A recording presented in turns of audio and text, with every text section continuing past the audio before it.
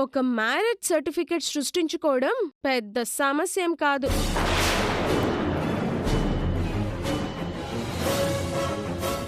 అంటే అవని ఆ రకంగా చేయించిందా? అంతే కదా మరి. అవనికి అంత అవసరం లేదు. కావాలంటే మీరు ఎంక్వైరీ చేసుకోవచ్చు. రే శ్రీకర్, ఇంత జరుగుతున్నా, ఇన్ని విషయాలు బయటపడుతున్నా అవని నీ భార్య అన్న సంగతి నీకు గుర్తు రావట్లేదా? బాగా గుర్తుకు తెచ్చుకోరా. మన అవని అన్యాయం అయిపోతుందిరా. నాకేమీ గుర్తు రావటం లేదు. నేను అవనిని పెళ్లి చేసుకోలేదు. అవని ఏదో రోజున ఇలాంటి స్థితికి కూడా దిగజారిపోతుందని నేను ముందే ఊహించాను అత్తయ్య గారు. అందుకే ఇలాంటిది ఒకటి రెడీ చేయించి పెట్టుకున్నాను. అవని మనందరినీ మోసం చేయడానికి ఎలాంటి ప్రయత్నాలు చేస్తుందో ఇప్పటికైనా మీరు అర్థం చేసుకోండి. మోసం చేస్తుంది నిహారిక వేదవతి గారు. దయచేసి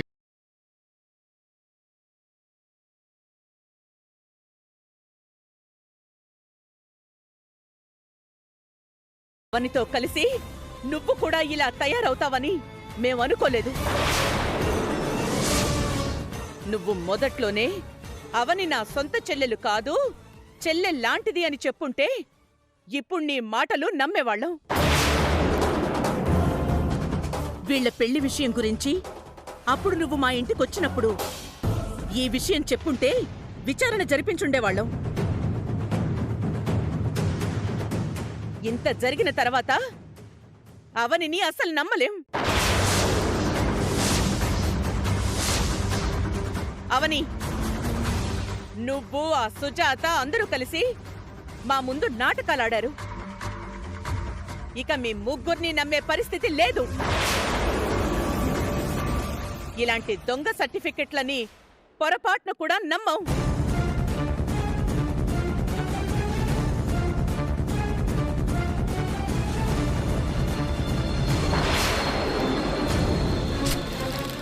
అత్తయ్య, అడుగు ముందుకు వేయకు.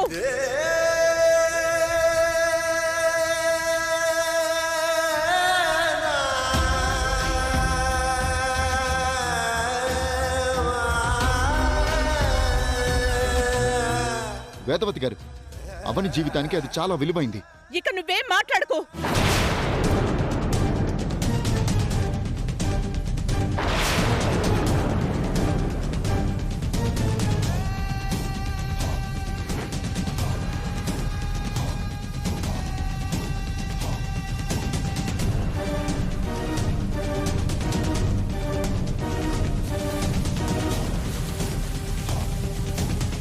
ఇంకోసారి ఇలాంటి పిచ్చి ప్రయత్నాలతో రాకండి. ఇద్దరు బయటికి నడవండి.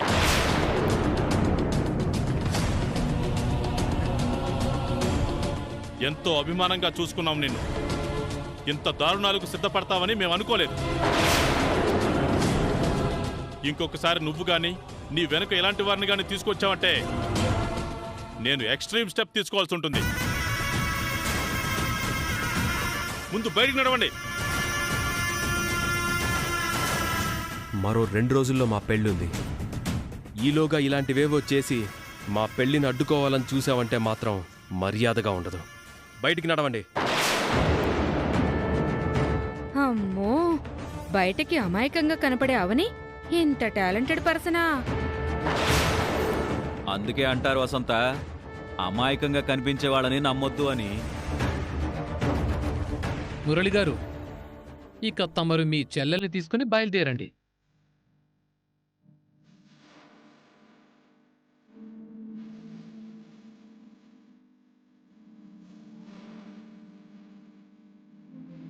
ఎక్కడుంది న్యాయం, ఎవరమ్మ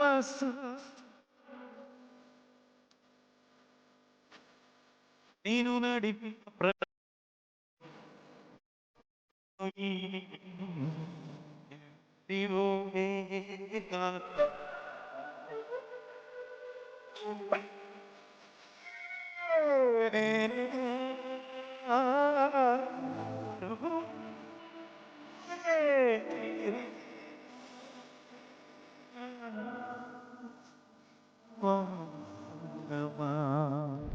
మీ పెళ్ళి అయ్యేంత వరకు అవనితో చాలా జాగ్రత్తగా ఉండాలి. గుమ్మంలోకి అడుగు పెట్టనివ్వకూడదు.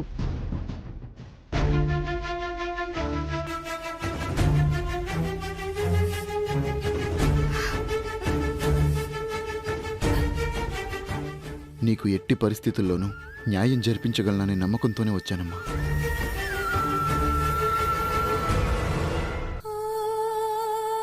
తోడేళ్ల గుంపులా అందరూ అలా తిరగబడతారని అనుకోలేదమ్మా. వేదవతి గారు నిహారిక మాటలు నమ్మి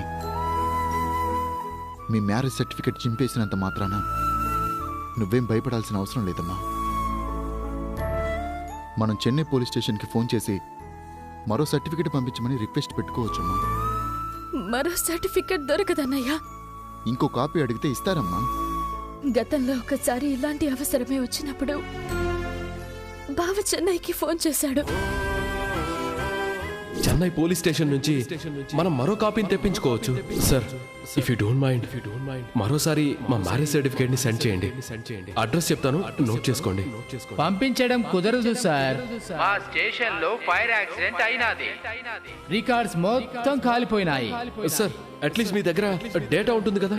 రికార్డ్స్, సిస్టమ్స్ అన్ని కాలిపోయి ఉన్నాయి. నా జాతకం వింటూ నాకు అర్థం కావడం లేదన్నయ్యా. నాకు మంచి జరుగుతుందని అనుకునే లోపు చెడు జరిగిపోతుంది. నీకో విషయం చెప్పనా అన్నయ్య? నాకొచ్చిన మంచి కళలు ఇప్పటి వరకు ఒక్కటి కూడా వాస్తవంలో జరగలేదు. నాకొచ్చిన పీడ కళలు మాత్రం ఖచ్చితంగా జరిగాయి. అది నా తల రాత.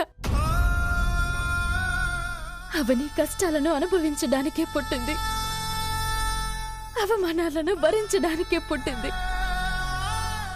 నిందలు పడడానికే పుట్టింది. ఒక పని చేద్దామమ్మా, వెంటనే వెళ్ళి స్టేషన్లో కంప్లైంట్ ఇద్దాం.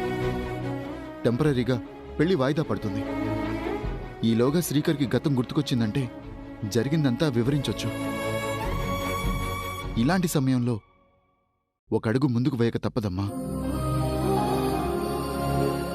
నా కుటుంబాన్ని నేను స్టేషన్ వరకు లాగాలని నేనెప్పుడూ అనుకోలేదన్నయ్య.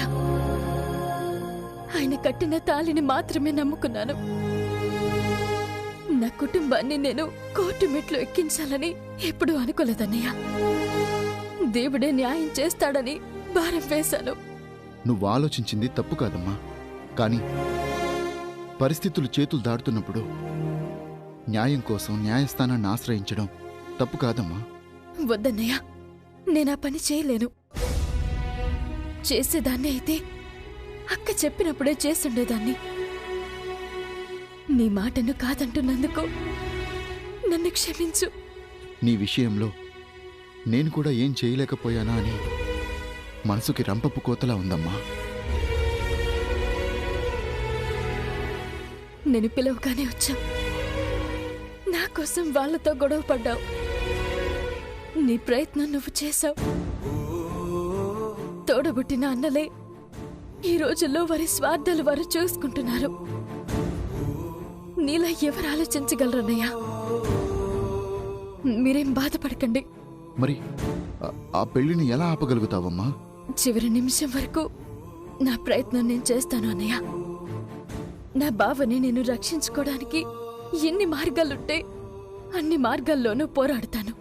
నీది న్యాయ పోరాటం. ధర్మమే చివరికి గెలుస్తుందని, అధర్మం అంతం అవుతుందని అందరికీ తెలిసిన విషయమే. కాకపోతే మంచివారికి మధ్యలో కొన్ని పరీక్షలుంటాయి. ఆ పరీక్షలను నువ్వు దాటాలి. నీకంతా మంచే జరుగుతుంది. అక్క నీ గురించి ఎదురు చూస్తూ ఉంటుంది. వెళ్దాం పద. నేను వెళ్తాను, మీరు బయలుదేరండి అన్నయ్య. అది కాదమ్మా, నేను డ్రాప్ చేస్తాను.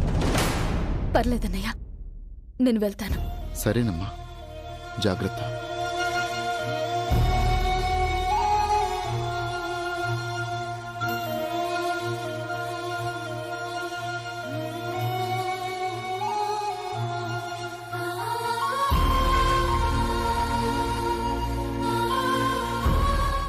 నా మ్యారేజ్ సర్టిఫికేట్ నీ పెళ్లిని అడ్డుకుని ఆయుధమవుతుందని ఎలాంటి కుట్ర చేసావు నిహారిక?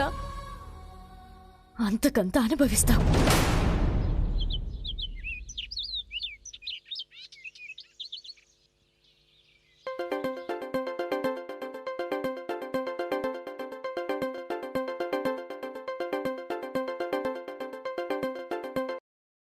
అవనిని ఇంటి నుంచి బయటికి పంపించేసిన తర్వాత చాలా ఆనందంగా ఉంటున్నట్టున్నావు. ఎందుకుండదు, పెద్ద అడ్డు తొలగిపోయింది కదా. ఏంటి ఆనందంగా ఉండేది? ఆ అవ్వని ఎప్పుడెలాంటి ప్రయత్నాలు చేస్తుందా అని టెన్షన్తో చస్తున్నాను. వేద, నువ్వన్నట్టు నిహారికకు మనం ఈ స్టేజ్లో కాస్త ధైర్యంగా ఉండమని చెప్పాలి. వెళ్దాం పద.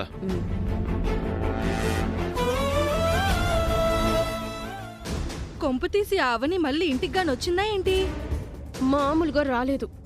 శ్రీకర్ని పెళ్లి చేసుకున్నట్టు తన దగ్గర మ్యారేజ్ సర్టిఫికెట్ ఉంది కదా, దాన్ని పట్టుకొని మరీ వచ్చింది. ఆ సర్టిఫికెట్తో పాటు ఎవరినో ఒక అన్నయ్యని కూడా వెంటేసుకొని వచ్చింది. అన్నయ్య? అవును గౌతమి, తన భర్తని నా నుంచి కాపాడుకోవడానికి పట్టు వదలని విక్రమార్కుళ్ళ ప్రయత్నాలు చేస్తూనే ఉంది. ఆ సర్టిఫికెట్ని చూపించిందా? చూపించడం, దాని గురించి వాదించడం, చివరి స్టేజ్లో అత్తయ్య వాళ్ళు నమ్మేయడం అన్నీ జరిగిపోయాయి.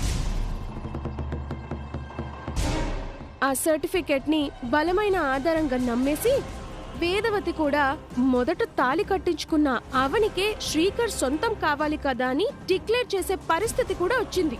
అప్పుడు నువ్వు ఏం చేసావమ్మా? అవని ఆ సర్టిఫికెట్తో బలంగా నాపై పోరాటం చేసి విజయం సాధించడానికి సిద్ధంగా ఉంది కాబట్టి నేను ముందే జాగ్రత్త పడి శ్రీకర్కి నాకు పెళ్ళైనట్టు ఒక దొంగ సర్టిఫికెట్ని రెడీ చేయించి పెట్టాను. ఆ సర్టిఫికెట్నే వాడాను.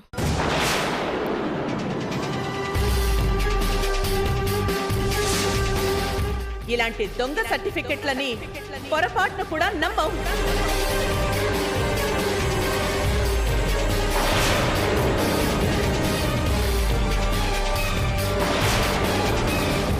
నేను తయారు చేయించిన దొంగ సర్టిఫికెట్ ని చూపించి వాళ్ళకి సంబంధించిన ఒరిజినల్ సర్టిఫికెట్ ని వేదవతి చించి అవని మొహం మీద కొట్టేలా చేశాను.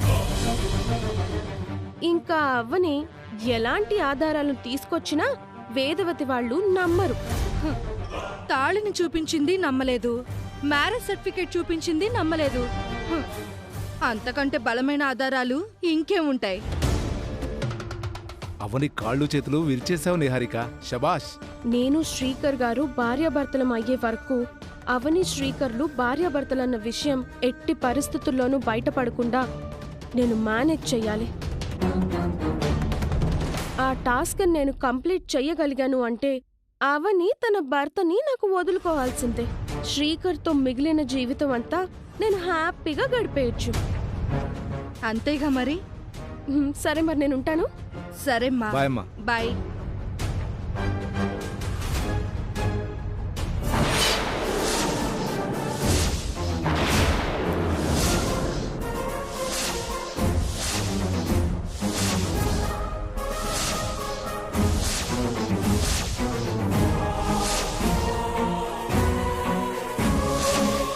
అంత వినేసారా వీళ్ళు?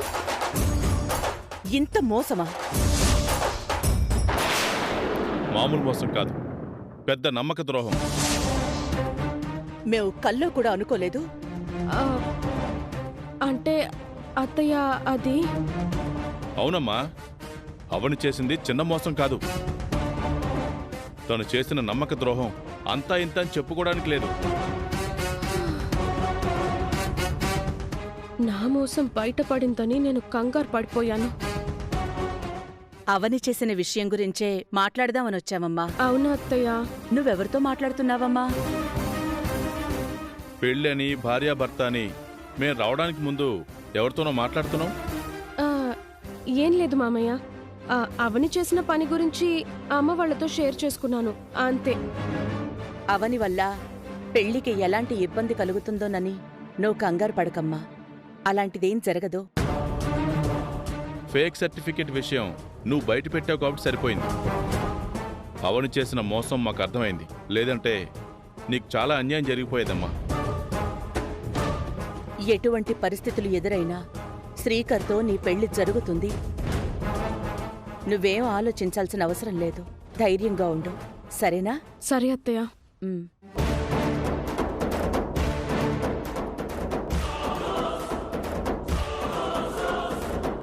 పిచ్చత్తయ్య, పిచ్చి మామయ్య.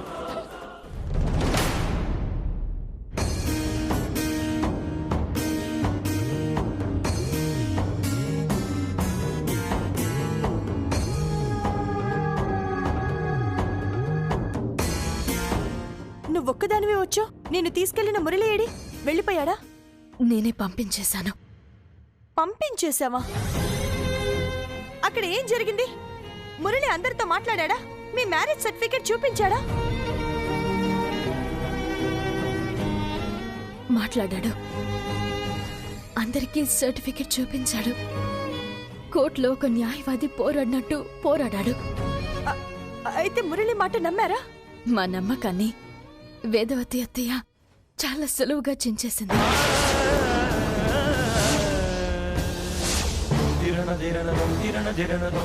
ఈ కాగితంలో ఏముందో మీరే చూడండి.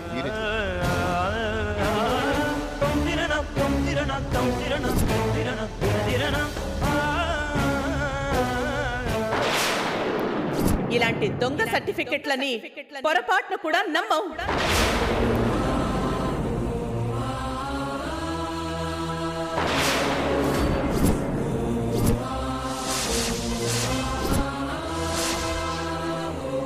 అదే జరిగింది. నీ తాళి, ఆ సర్టిఫికేట్, మురళి మాట ఏవి ఏవి వాళ్ళకి నమ్మకం కలిగించడం లేదు అంటే వాళ్ళు మనుషులా, రాక్షసులా? ఏమనుకోవాలి వాళ్ళని?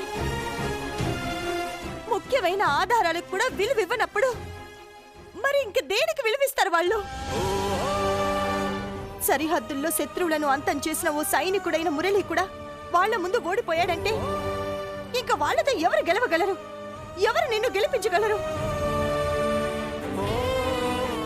అవసరం ఉన్నంతసేపు నువ్వే అంతా అన్నారు. అవసరం తీరిన తర్వాత నువ్వు ఎంత అని బయటకు గెంటేశారు. ఎంత స్వార్థపరులు వాళ్ళు! నువ్వు బాధపడకాక, ఇంకా టైం ఉంది కదా, నాకింకా నమ్మకం ఉంది. ఇంకా టైం ఉంది కదా, ఇంకా టైం ఉంది కదా అంటూ ఏ ధైర్యంతో మాట్లాడుతున్నావు నువ్వు? అసలు నీ నమ్మకం ఏంటి? నమ్మి మోసపోవడం తప్ప ఇంక నీకు ఏం మిగిలింది? నమ్మకం లేని స్నేహం, నమ్మకం లేని ప్రేమ నిలబడవు. అలాగే నమ్మకం లేనప్పుడు బంధం కూడా బలపడదు. అదే ఏం చూసుకొని నువ్వు అంతలా నమ్ముతున్నావని అడుగుతున్నాను.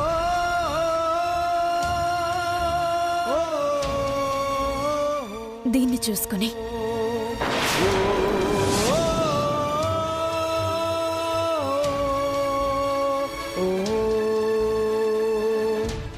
ఈ మంగళసూత్రం మీద నాకు నమ్మకం ఉంది. మత్స్య యంత్రాన్ని ఛేదించేటప్పుడు అర్జునుడికున్నంత, శివధనుస్సుని విరిచేటప్పుడు రాముడికున్నంత,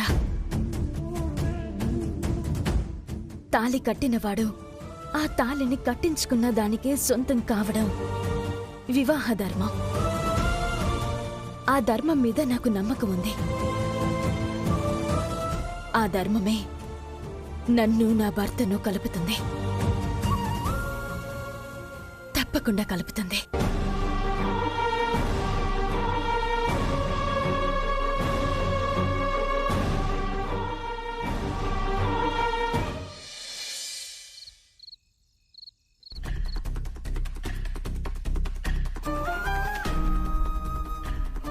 ఎందుకు పిలిచావమ్మా?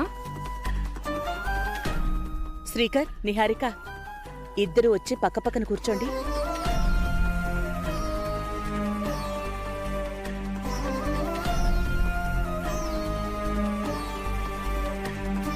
మీరిద్దరూ పెళ్లి పీటల మీద ఇలా పక్కపక్కన కూర్చునే సమయం దగ్గరికొచ్చేసింది. ఎల్లుండే మీ పెళ్లి.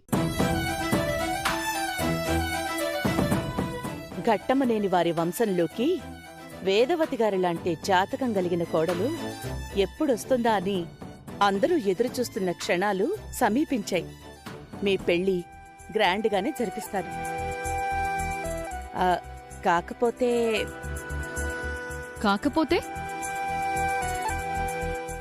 మనం ఇంతకు ముందనుకున్నట్టు పెళ్లికి వేల సంఖ్యలో మన బంధువుల్ని గాని మనకి పరిచయం ఉన్న వాళ్ళని గాని పిలవట్లేదు. ఎందుకత్తయ్యా? అవని వలన ఏదో ఒక డిస్టర్బెన్స్ వస్తూనే ఉందమ్మా. పెళ్లి విషయంలో ఏదో ఒక గొడవ జరుగుతూనే ఉంది. రేపు అందరి ముందు అలాంటిది ఏదైనా జరిగితే మన కుటుంబం పరువు పోతుందమ్మా.